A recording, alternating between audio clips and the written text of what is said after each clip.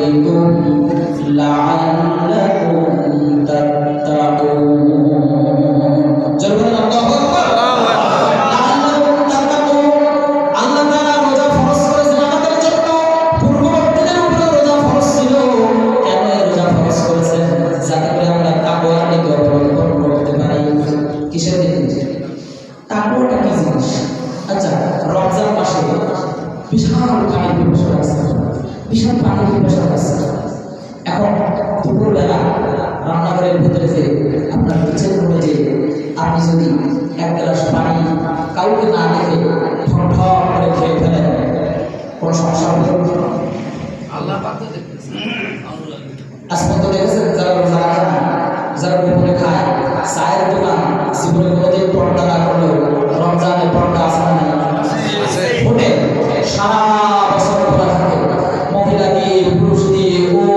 বেপর্দায় সেখানে সব না রমজান আসলে পর্দা আছে না এই পর্দার ভিতরে ভালো কিছু হয় না খারাপ কিছু হয় রমজানের দিনের বেলা পর্দার ভিতরে যারা খায়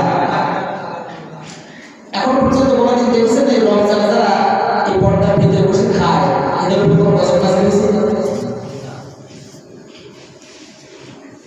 এরপর আমরা খাই না কেন এখানে ভয় করে কাকে এটা কথা বলে কার ভয় করে রমজান রোজা ভেঙে যাবে একটা রোজা বন্ধ একটা রোজা রাখতে হবে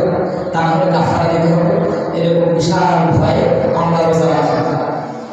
এবার আসে সুদ খাওয়া এটা আল্লাহর আদেশ না নিষেধ হারাম না হারাম ঘুষ খাওয়া হারাম না হারাম ওজনে কম দেওয়া হারাম না হারাম তাহলে আপনি যে আল্লাহর ভয়ে